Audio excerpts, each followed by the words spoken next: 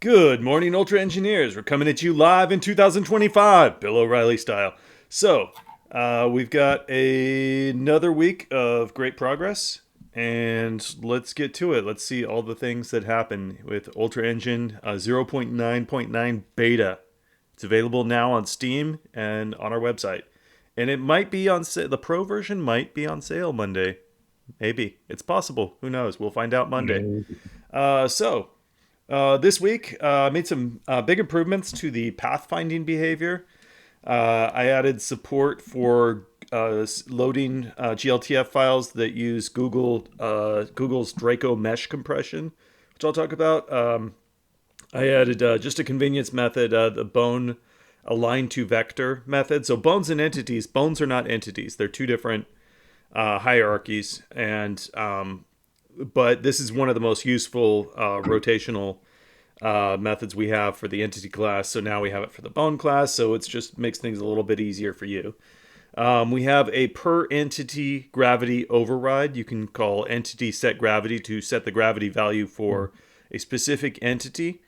If you don't set this, then by default it just uses the world setting for its gravity value. But if you do set it, you can override it. And if you decide you want to go back to how it was to using the world default, then you can just supply the not a number float value to this, and it'll just say, okay, I don't have any value, so we'll go back to the world. I added a entity set softness method, which it handles the force with which things bounce off of each other with the collision system. The default value for that is 0.1, but you can play around with it.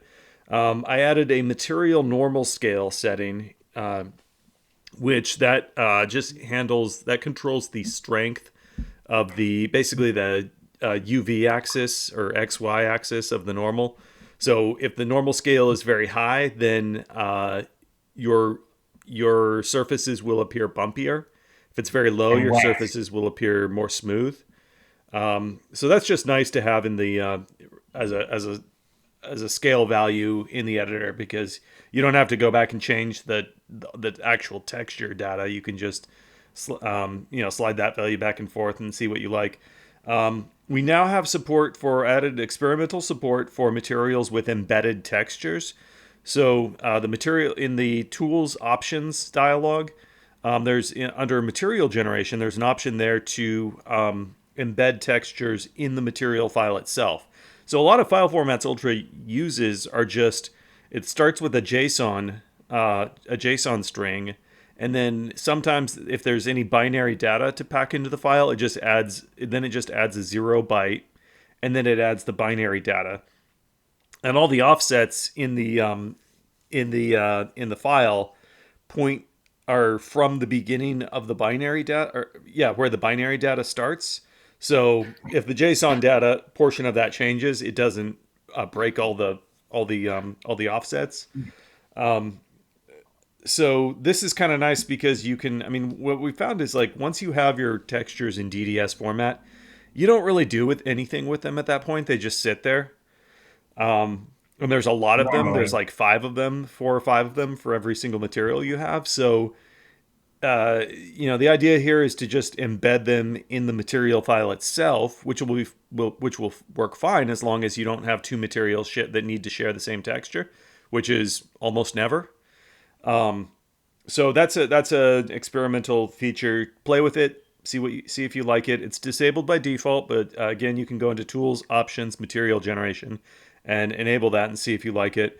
And also did some work to improve the material generation feature so that it will be better able to guess which texture is supposed to be which.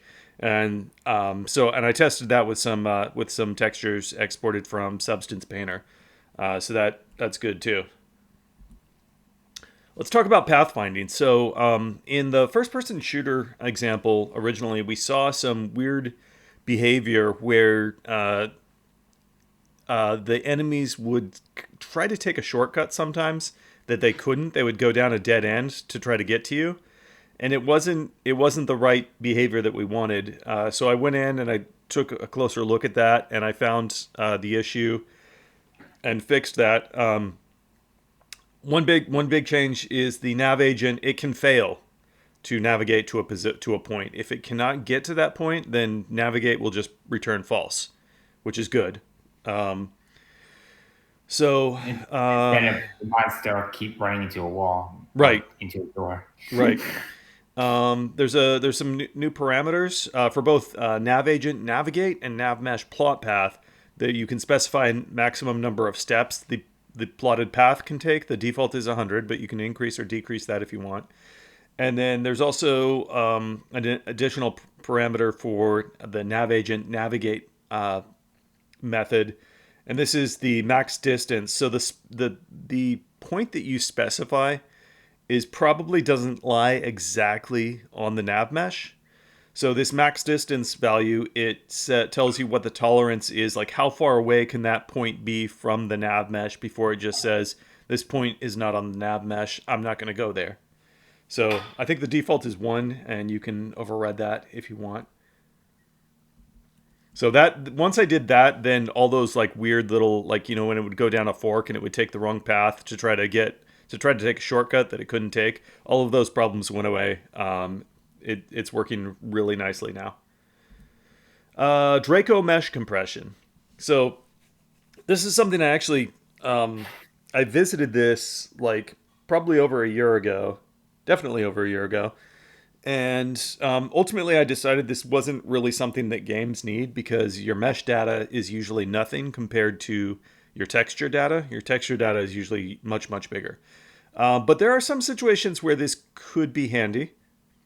I'll talk about that. So what Google promises is like a 90, more than 90%, like that looks like 98% reduction of mesh data size using Draco mesh compression. And I did some tests of my own. I linked to an article that it's an old blog of mine talking all about this. And let's actually go to the article. They have a cool logo. I like that. 2021. So yeah, this is from 2021. So here's their test case. Actually, I think this was my test case. Yeah. So it's 2.1 million triangles, 1 million vertices. This compresses the vertex data. So 1 million vertices. This is what I was testing with, and you have to have a lot of mesh data before mesh data starts to become something that you have to worry about. So here was my initial results. I actually went into a lot of depth with this. So GLTF using base 64 is the worst. That's base 64 is a way of encoding binary data in text, in like ASCII text. I don't even know why this is a supported feature. I don't think I've ever seen one in the wild. Okay, GLB, that's JSON plus binary data. GLB zipped, it compresses it by about 20-30%. Okay. GLB quantized.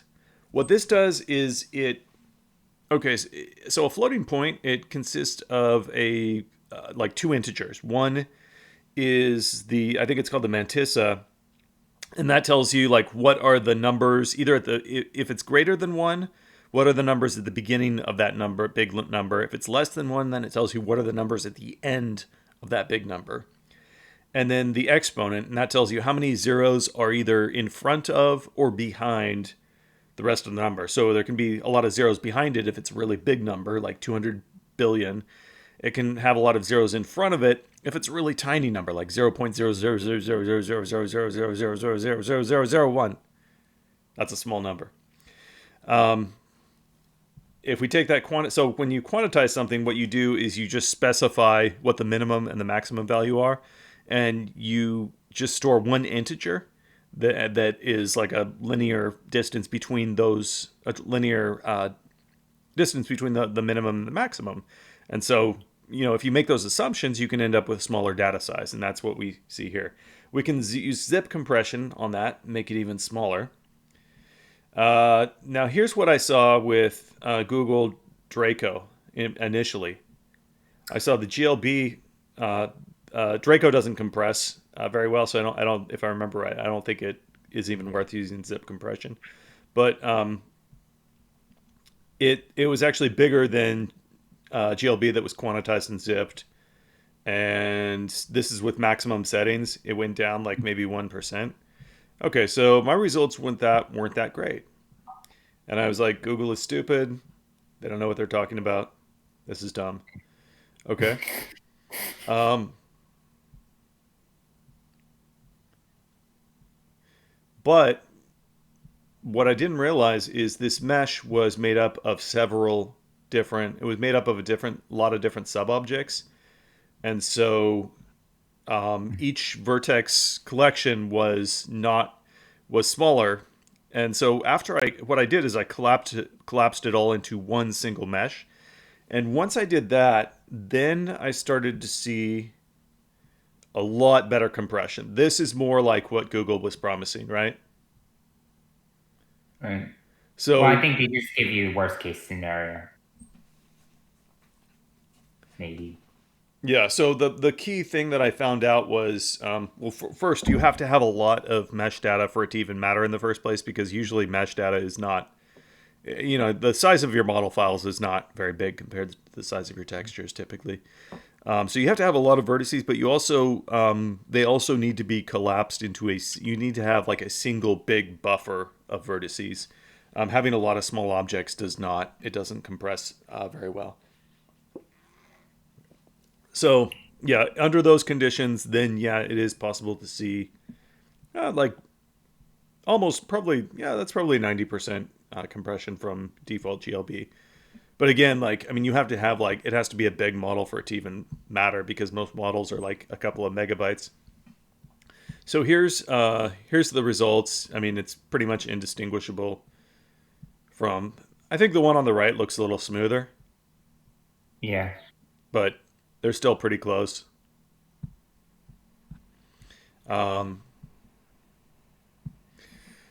so that's more than you ever wanted to know about Google Draco. Now, what is it useful for? I don't really think it's useful for games, so this is probably not something you need to worry about.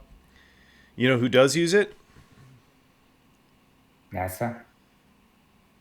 Well, Google Earth uses it. Oh, Okay, have you guys heard of a company called Cesium? no.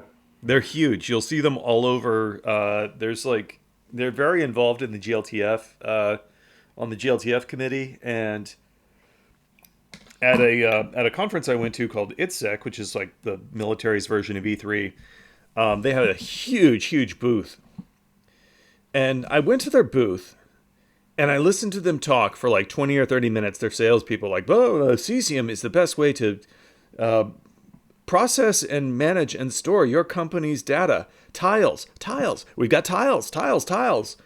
And I came away from that and I was like, I have no idea what this company does. I think I even said that to like one of their faces. Like, I was like, please explain to me what your company does. And he started like blathering on. And I was like, does it do? Okay, so what cesium is they have a bunch of GLTF files, and that's what Google Earth is made up of. So when you go to Google Earth, the data looks like this. It's all these individual GLTF files. Hmm. Well, they're actually GLB. That's what cesium is, and I think they have like a system for processing data into this format and stuff, and that's what they're trying to sell. But basically, cesium just means it's Google Earth just took cesium and called it Google Earth, like ever since it went 3D. So, and anyway, so like these GLB files, they happen to use Draco mesh compression, which means that there's actually an API for this. It just took me a couple of minutes to like just using the web browser. I was able to download this model straight from the Google data tiles set. In fact, if somebody wants to search for that and paste a link in the conversation, that would be good if anybody for other people to check out. Or if not, then I'll paste it later. But if somebody doesn't mind searching for that right now, it's called the Google Earth Tiles API, I think. But so now we're compatible with that, and it's fairly easy to fetch that information. So, and this wasn't really something. I mean, this took me like maybe a couple of hours max. It probably took me about an hour because I I already had this written, but I just decided it wasn't really useful to us, and so all I had to do was just uncomment it in the code, basically. So Google Draco. That's that. Okay, so next week the plan is I feel it's time for another bug hunt bonanza. We don't really have any like major like showstopper bugs, but so we're getting to things that are more a little bit more detailed, probably a little bit more slow going to fix, but still important to get before the final 1.0 release.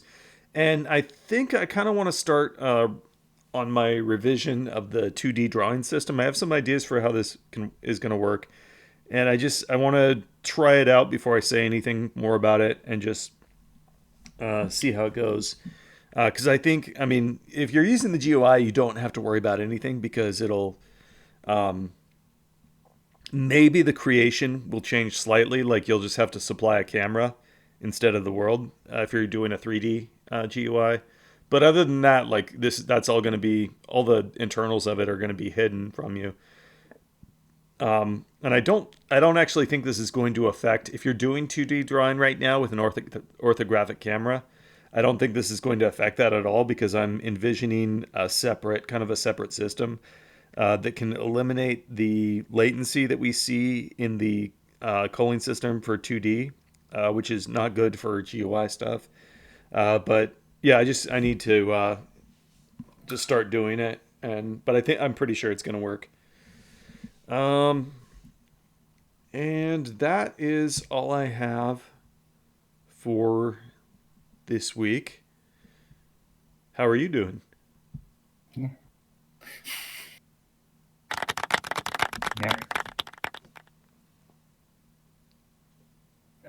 Yeah. So is this going to be like a wrapper class for the 2D stuff, or is it going to be like a lot of API changes? It'll be some new commands. I think it's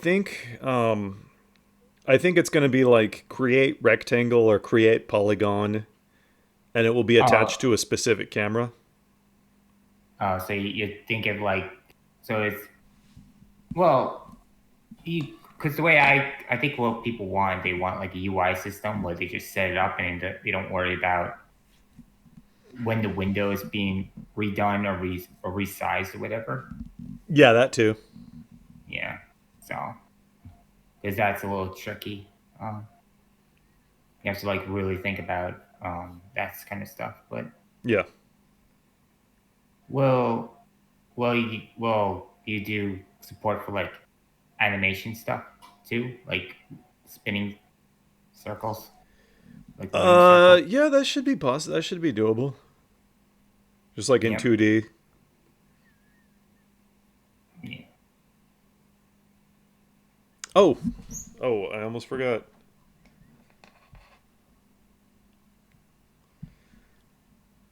Ooh.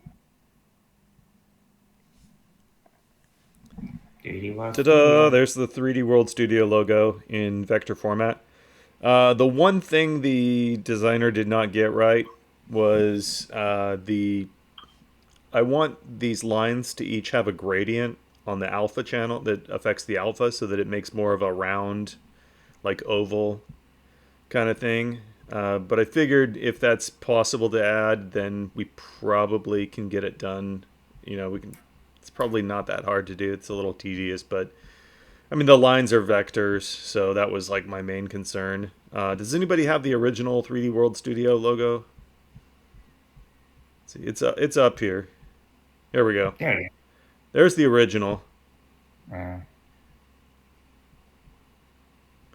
So Again, that's what I want the lines to look a little bit more like, but I think that can probably be done pretty easily. you could just do them. I mean, it won't be a vector image anymore, but you can just do a mask in Photoshop. Just separate the layers. It's got to be a vector. Mm. I'm all about the vectors. I love vector logos. Yeah. Once you have vector logos and a 4K screen, you never want to go back. Well, logos should always be vectors. I did that like 12 years ago. So I'm not going back. I hope you paid not that much for this logo. That's not nice. I think I could make something better in Microsoft Word. That's not very nice, Andy. I mean, it's It looks text it with looks gradient, and yeah. it looks very dated. That's why I said I was like I was surprised you didn't want something to look more modern. I am a programmer, guys. I'm a great programmer, not a logo designer. Well, what I wanted was, I mean, I wanted it to be recognizable as the original. Like, that's the most important thing, is that people recognize it. Well, yeah, I mean, I think for the Kickstarter you want it to be recognizable because you want to be like I remember, and then I think, but actually, like as like a final product, you want something more modern and something. Do I you don't know. remember the fun of creating your very first 3D world? And I the remember. fun of Well, playing SCP Containment Breach, which was made using 3D World Studio? Pepper Ridge Farms remembers. my first 3D experience was using Hammer on a very crappy computer, Pepper and it took Ridge 2 hours. Farm remembers that too. Also, uh, what would help is have an established date on with the logo that shows that the studio's been established for a very long time to anyone that would look at it. Yeah, yeah, thank you. Thank you, James. Do you like my logo, James? Yeah, I've liked everything about everything you've been programming. Well, thank you. Thank you.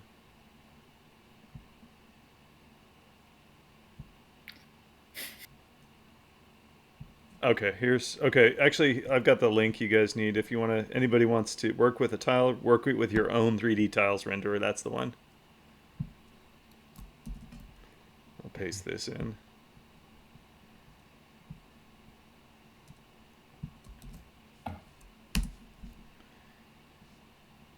It's pretty easy to get that set up. So, okay. Any other questions? News, hopes, dreams? Uh,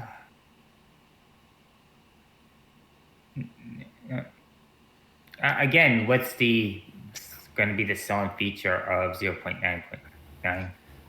I think I mean, there's a lot of like small improvements, but I think the big thing is going to be the asset download system, Right. especially because Sketchfab is probably going to stop allowing downloads pretty soon. I have got over 2,000 PBR materials ready in our system. Um, there's some textures like surface imperfections and everything that use an opacity mask, and that, for the love of me, I cannot get opacity to work right. So it'd be great if those were done and ready to go. Surface imperfections, you say? Have I got that right? Yeah. All right. Yeah. Oh, what's that? 29 files. So when you did this, you put the alpha in the right channel, right? Like you put the like it's all set up, ready to go. I Uh, I think probably. Okay, I will have to take a look because Yeah. I don't know, because I kind of want to just paint this on top of things to make things less clean. Yeah. Yeah, so the ambient CG web API has stopped working. The guy's making revisions to it while it's live, and I think he should have just made a version 3. He's already got a version 1 and 2. He should have just left version 2 alone. So the ambient CG browser it won't work anymore. So fortunately, and it made me very lazy because I never wanted to download files again like manually. And so with this system, this will appear in the editor just as the ambient CG did, except I've got content from ambient CG, I've got content from PBRPX, I've got content from Sketchfab, I've got content from Objaverse, I've got content from Polyhaven. We've got content coming out of our ears. And I said I would never do a system like this. I would never make like a store. This is all free. We could sell stuff in here in the future, but I said I would never do a store again until the content was there. The content comes first. Well, now we've got content coming out of our ears. We've got content for days. I've got 20,000 GLTF models ready to go. I've got 2,400 PBR materials in 1K and 2K resolution ready to go. And we have some tools and oh, that'd be great if we can upload like our own tools, like exe tools, and it just installs it right in the Ultra Engine tools folder. That'd Yep. be great. I'm going to go back a little bit on texture and something that would be the same texture that is causing an issue. The simple solution would be just rename the texture, copy the texture, rename the texture, and then place it on the copied texture so that it would not be a duplicate textures to cause the interference that was mentioned in the beginning. Are That's you talking about for the embedded, the texture is embedded in the materials? correct. Well, I think just the reason for that is just it's just to have fewer files clogging up your project folder, and then if you do have two materials that share the same file, I mean, yeah, you can copy it, and oh, that reminds me. Oh, I What? forgot something very important. A very cool feature that I think someone's going to be very happy about. I don't know why this did not make it into the PowerPoint presentation, but there's now an HMD set scale command. You can set the Yay! scale of the VR player. It just takes one float value. Took me maybe an hour, maybe 2 hours to implement. It works perfectly. Try it. You can now be a cat. You can be a mouse. I want to play a mouse game. I want to be a mouse in VR. I think It's up to you. I've given you I the think tools. Make me a mouse. I think in the future you should just dedicate one update just to have all the VR bells and whistles. Because didn't you say you wanted to implement OpenXR at one point? Yeah, we'll probably switch over to that system. Uh, Yeah. I have something which is maybe useful. It's something like that you can have a callback when you load scene, that you have an optional callback function, which get called when the scene is loaded. So you could create a loading screen or something in a pretty easy way. While it's being loaded, Yeah, you could basically, or yeah, after, for or after. example, after it's loaded. So you could maybe put an image over the display, yes, and when it's loaded, you could, yeah, put the image away with this callback function. Well, why would you need a callback if you're the one calling load scene? I mean, you would know when it's over because you would just call load scene, and then on the very next line, that's where you would put your code to do whatever you want next. Yeah, sure, or you can do it like this. I doesn't think that simple. Sorry. Oh, okay. Sometimes I tend to make things more complicated. Well, now if you're talking about like having a callback like in the scene loading feature, or okay, like um, now you could have a callback in the scene loading uh, command so that it's being as the scene is loaded, you have like it's really hard to do like a percentage. Um, it's very difficult to do that. I don't know. We can talk in more detail later, but Mm. if you but right Well, right now I'm not understanding completely.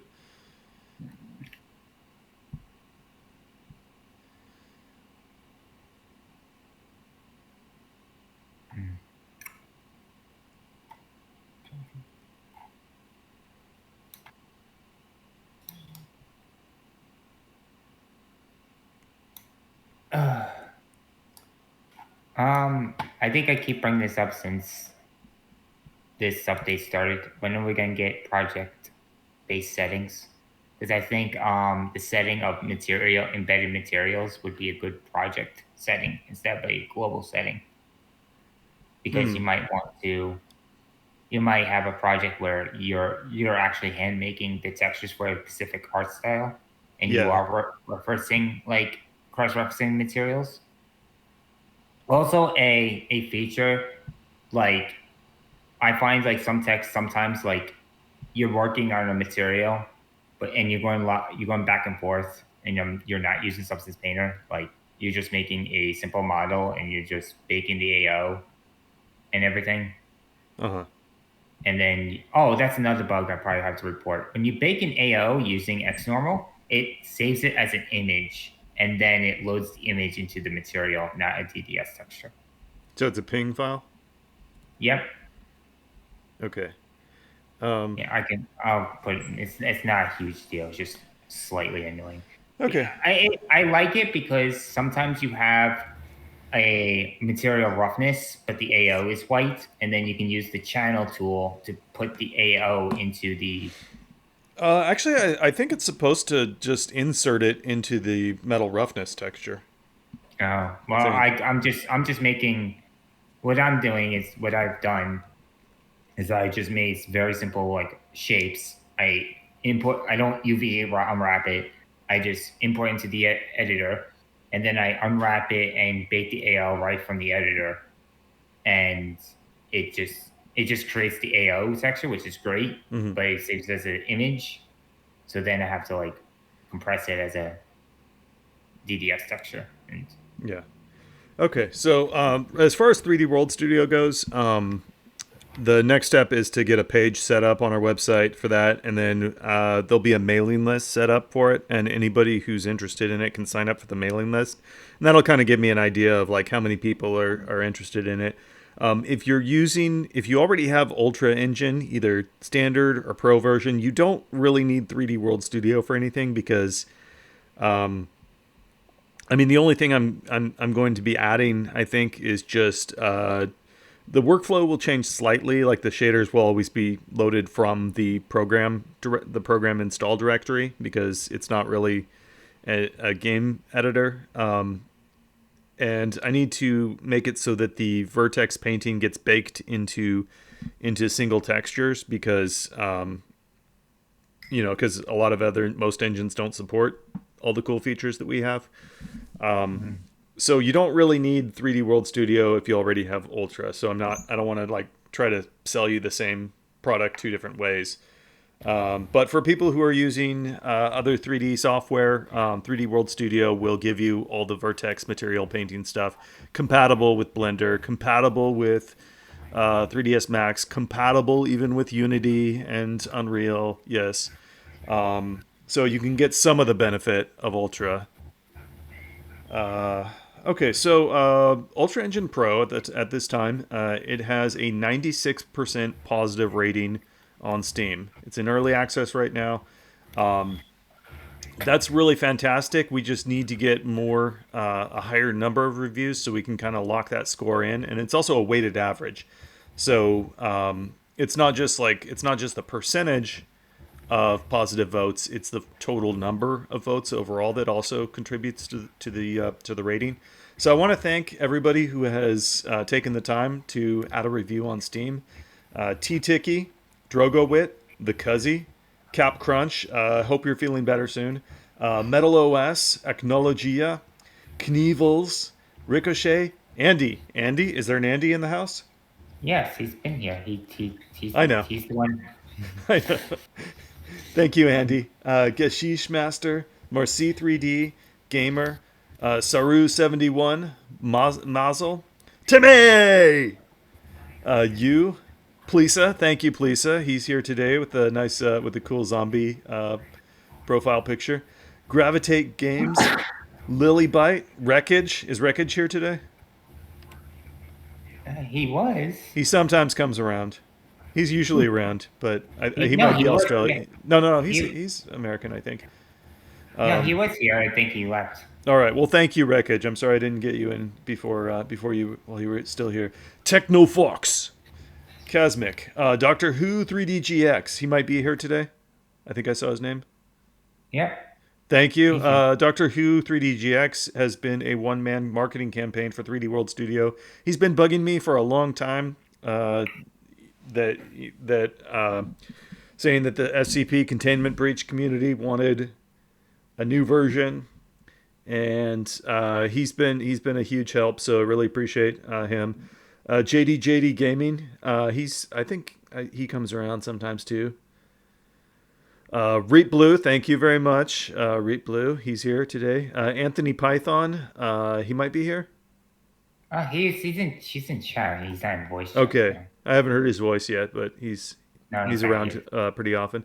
CZX 18888, Edelan Trick, Merrick IJC, Kent, Old Amsterdam, Drake Black. Thank you very much. Drake Black is a superstar of bug reporting. He's been responsible for dozens of bugs that have been solved due to his high quality bug reporting, and he was even responsible for the fix of a major bug in NVIDIA's drivers. So Yeah, he's probably gonna be very helpful with the UI revamp because his game relies heavily on that system, and he found a lot of bugs relating to UI systems. So hopefully this will make a lot of those issues go away. Like I think Right. I think it'll have a good effect on that. Project so- Mayhem. The first rule of Project Mayhem is you do not talk about Project Mayhem, but at Ultra we're about breaking all the rules, so we're talking about you, Project Mayhem. Thank you.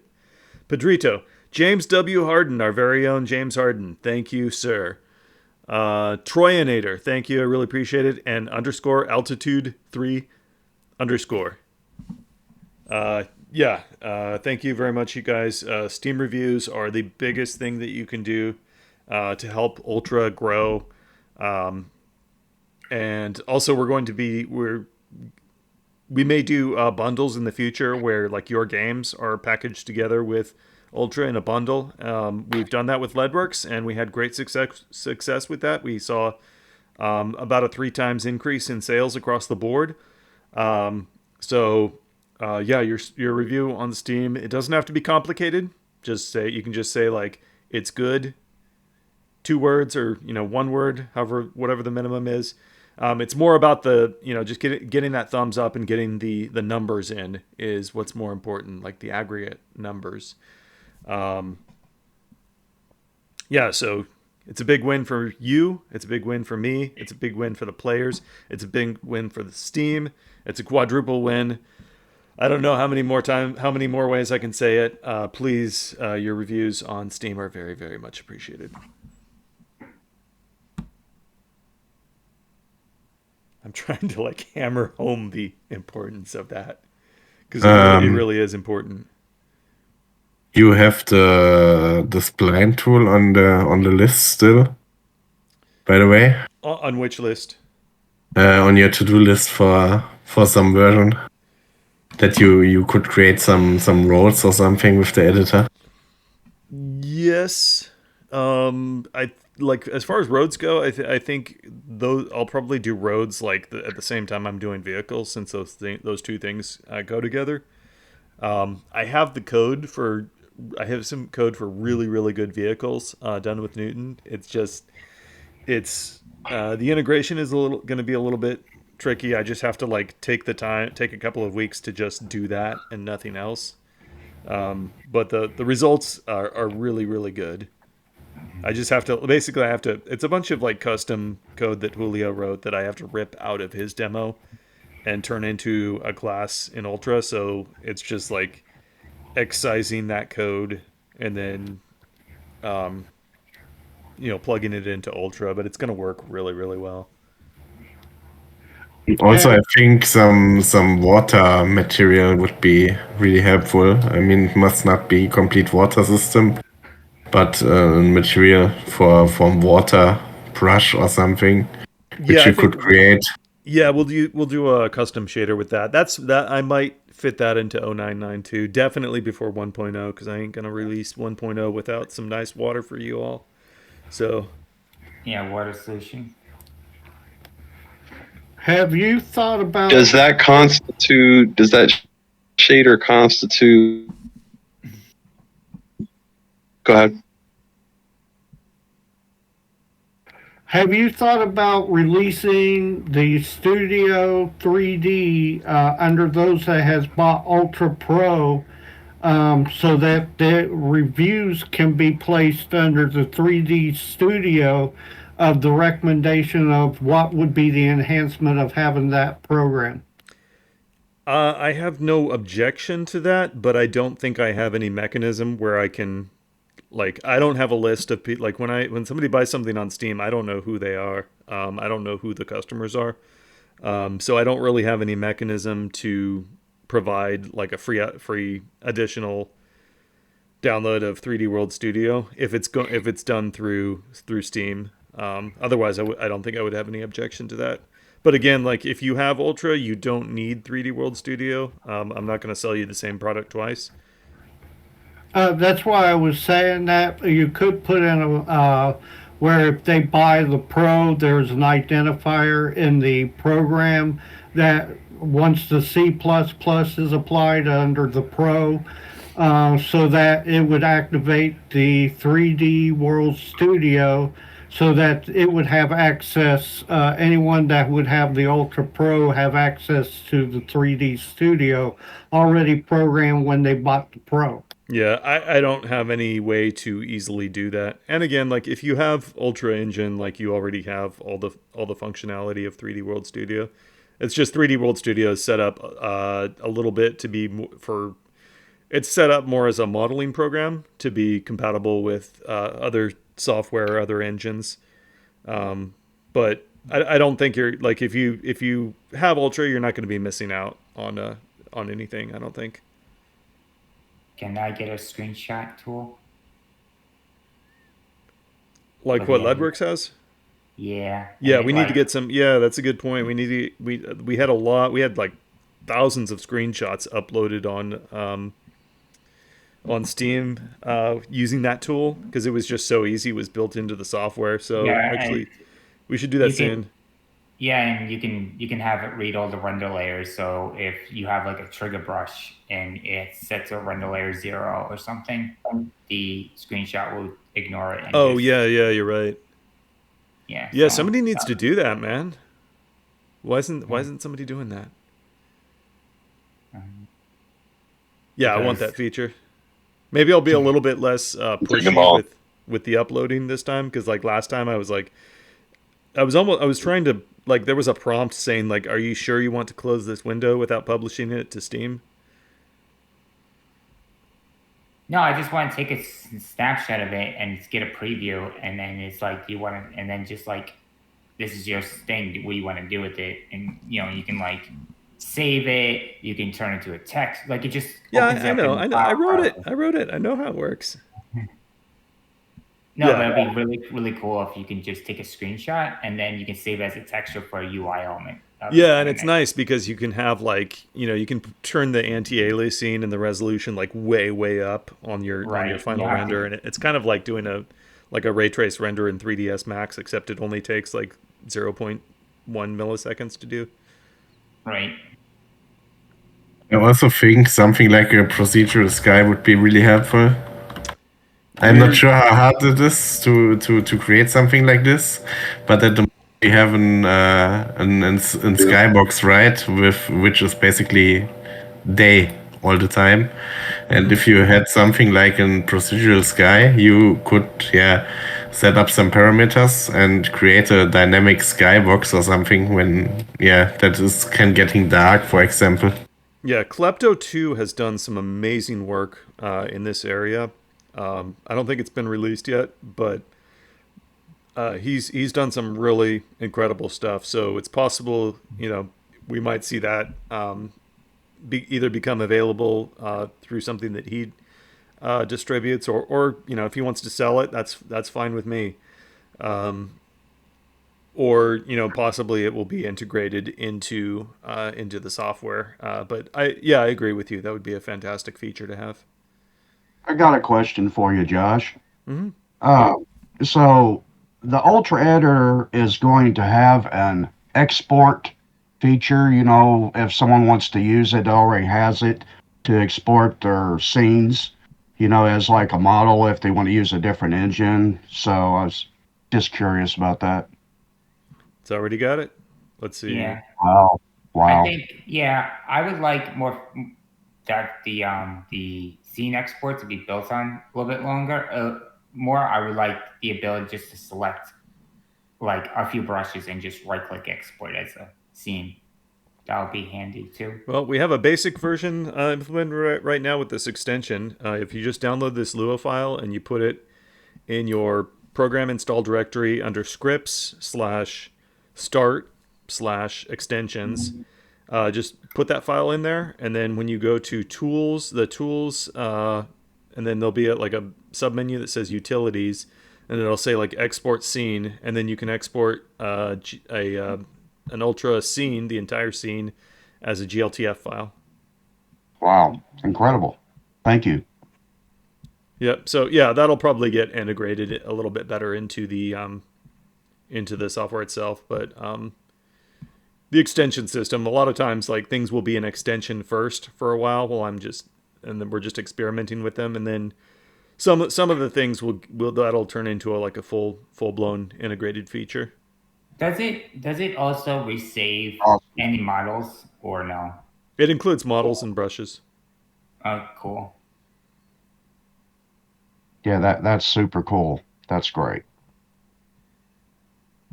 Yeah, so making like 3D World Studio export a OBJ or a GLTF, that's not a big problem at all.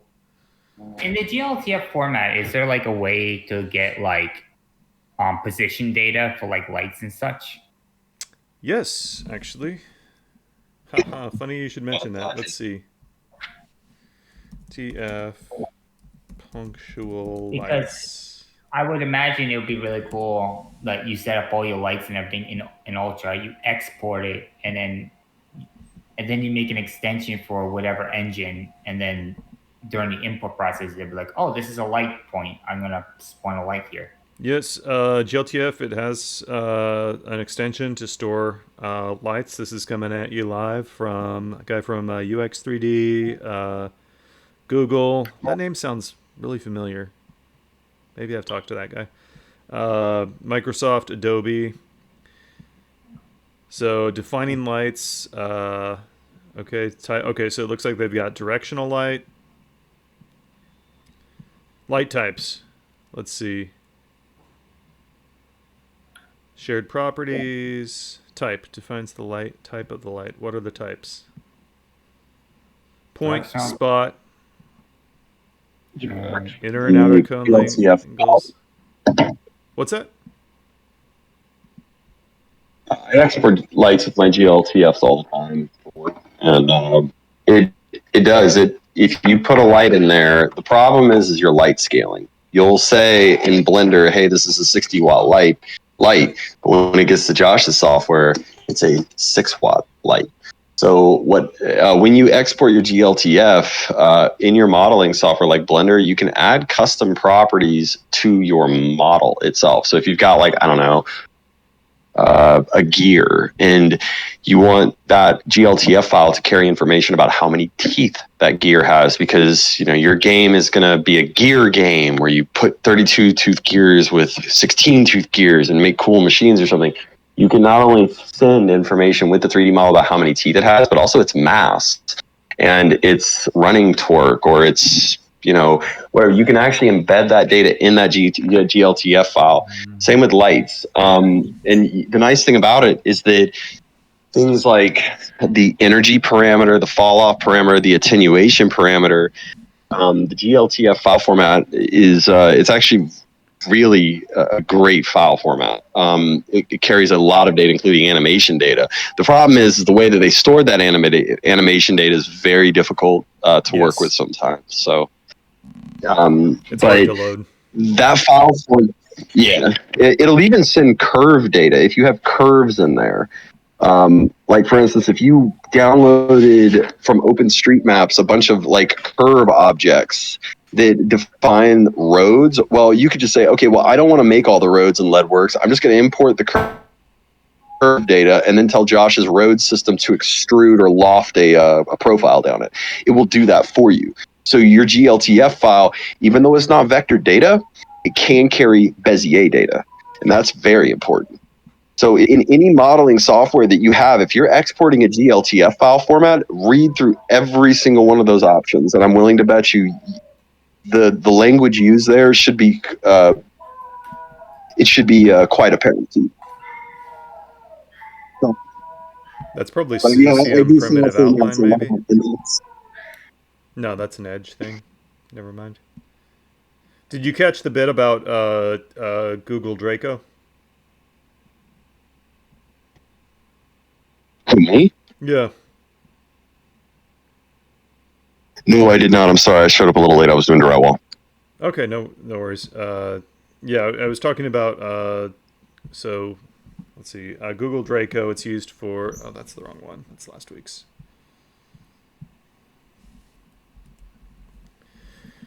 It's used for Google Earth, cesium, and it compresses mesh data by about in my test it was about 90%.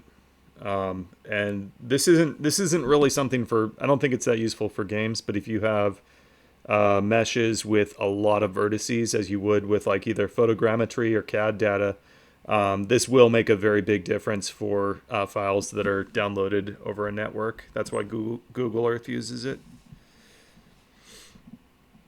So I saw this, and when I saw it, I realized that this unlocks a lot of procedural building generation potential for you. Especially with the way that procedural generation, things such as geometry nodes, is becoming quite prevalent in our industry. The idea of being able to go to OpenStreetMaps or Google Street Maps and just say, give me the footprint of this building. I understand that you're not going to generate the actual Capitol building for me, but you could randomly generate some huge 15-story tall building for me with windows and antenna dishes and clotheslines on it. So for something like that, the pieces of technology that are required for a plugin to be written, and you guys can easily just type this in right now. Just type in Blender generators, and you will find that people are making spaceship generators. It just randomly, procedurally generates you the most awesome looking spacecraft you've ever seen in your life. And it's basically just kit bashing. But if you type in Blender building generator, if you put down a square polygon on the ground, it will generate the most realistic looking building. And so therefore the artist doesn't have to work. The artist just has to go out there and just start randomly scattering polygons around their little streets, and all of a sudden, boom, a city shoots out of it. So the age of that style of procedural generation is here. If you couple that with something like Cesium or this Draco software, where it can go out and just pull a map down or a tile down, find what buildings are on that tile, and then say, yeah, don't actually download the shit model from Draco or from Google Maps, because everybody's seen those Draco 3D is just models. a compression scheme for the mesh data. Oh, okay. It's just all to right. make the downloads faster. Oh, okay. I'm sorry then. I got a little far ahead there. But yeah, there are ways for you to couple video game technology like your engine with this big data pipeline that I don't know if it needs to be a paid plugin or it needs to just be like, hey, guess what, guys? Y'all are sick and tired of writing your own code in Unity to make this stuff happen. Guess what? I've just made it so that it is a part of my software. Buy the subscription. See y'all in the game world, whatever. We don't do subscriptions. You are smarter than me about that stuff. I just want to an operator. Point that out. That's fine though. Mm-hmm. Yeah, I've got the corporate one, right? So corporate. They pay a subscription, yes, but indie developers generally do not like subscriptions. Generally, see, the thing is, though, is that right, and I don't blame them. I get it, because you never know when your next money source is going to be. But the issue is that like your software, when coupled with the right minds and the right people, you've got a pathway to something absolutely ridiculously huge, where people don't have to work as hard to produce great content. Because on the other side of the fence, the 3D modeling side of the fence, tools are being generated to assist the modeler in pushing content to engines like yours faster, right? I mean, I think a lot of that has to do with the fact that the games industry is kind of womp womp right now, and they're trying to get people to generate content. Whether they've got a good story for that content, that's a different, that's a different topic. But sorry, go ahead. No, I was gonna say. At the moment, there is like 50 games released on Steam every single day on the average. Yeah, That's a scary number, frankly. Sorry, go ahead. That's why you need to have a mailing list. You need to have a Discord, like for your game. You need to have a YouTube channel. You have to. I mean, like the first step of making a game, in my opinion, is to identify who you're making it for and what they want. And I mean, it starts with the marketing. I think 50 a day. That's not. It doesn't really matter because I mean, they're all going to get pushed to the bottom. I'm just showing the pressure of every single day that there is from high quality all the way to the bottom quality, but there's 50 games a day is being released. Not saying the quality that they are, but that's a lot of games every single day. And if you release your game without any type of way of making it where people once put you on the wish list, etc., so that you're already got the key market already set up, you're going to be smothered out before, matter of days. Well, yeah, I mean, it's your Steam is not your it's no longer your sole funnel for customers. I think you have to go back to like thinking about like what kind of game you're making and who's playing it. Do they have are those types of players? Do they have everything they want, or are they hungry for more? Like, so I mean, if you're trying to make something that competes with like PUBG, I think you're going to have a tough time because that's the type of game where everybody just plays the same game every day. Like, like kids with Minecraft, they just play the same game every day for like their entire lives basically, and they're never interested in anything else. That's going to be a very difficult thing to get into, especially especially a multiplayer game is tough because it tends to be all or nothing. Like, one person can't just download your game and have fun with it. Like, everybody has to be playing your game in order for it to be fun. So yeah, I would think very hard about what type of game you're making and whether people actually want more of that. And I'd say if you identify a good niche to pursue, I think making a mediocre game that is aimed at people who want more of that type of game you're going to do 1,000 times better than making let's say a very good game in a market where in like a niche where people don't really want it. If that makes any sense. So I would really start with like trying to figure out what kinds of games people want to make or what people want to play. Also, a good idea is to make a variety of different types of games and be releasing simple version of your more complex games. Make it simple first and see what is marketable that is drawing the business towards you, and then complicate those games and upgrade as you enhance the ones that are being sold that is marketing for you very well. Honestly, that is a corporate marketing. So I hear a lot of talk in here, and rightfully so, about the games industry. I'm in the corporate environment where they come to me and say, we need an application written to simulate this thing or that happening. And I go, okay, hang on. Ultra is the best option for me, so that's what I use. In my environment, it is better to release more smaller simulations in games as opposed to one large one. So my job is to react quickly. I don't get to make great simulations. I get to make kind of cruddy ones, right?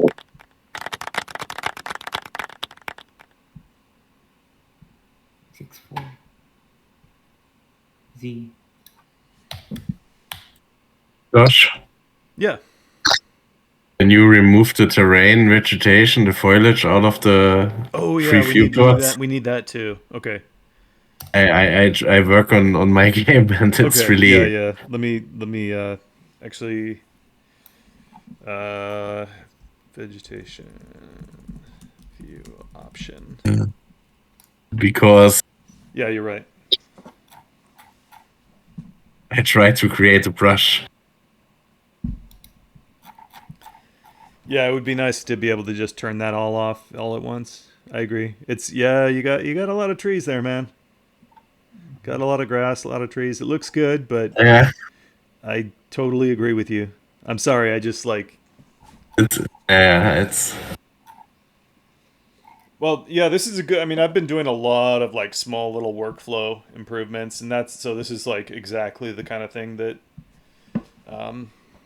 that I want to be focused on right now, so yeah. All right, anything else? I don't think so. Are we going to get to be a mouse in VR? Maybe, hopefully. I want to be a mouse in VR.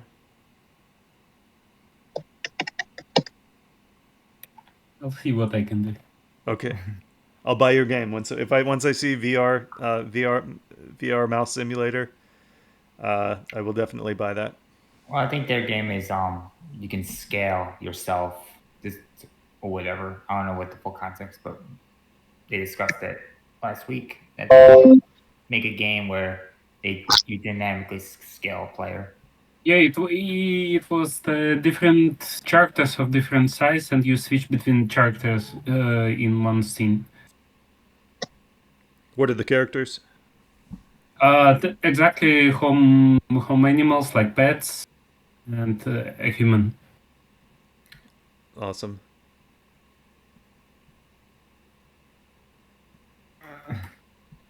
I also want to be a really tall human. I want to be like Charles Barkley. Or Shaq. I think he's pretty tall. All right. Thank you all for joining this week. And tune in again for another exciting episode next week. Every morning every Saturday morning at 10 a.m. Pacific Standard Time, we do these. And again, your reviews on Steam are very much appreciated. If we just get 3 more, we'll be up to 30. And that's also a really good learning experience because we can find out exactly where Steam's internal thresholds are when their classification changes for the description of the rating, which will be very good to learn. So thanks everyone, and I will see you on the forum. Yep, bye.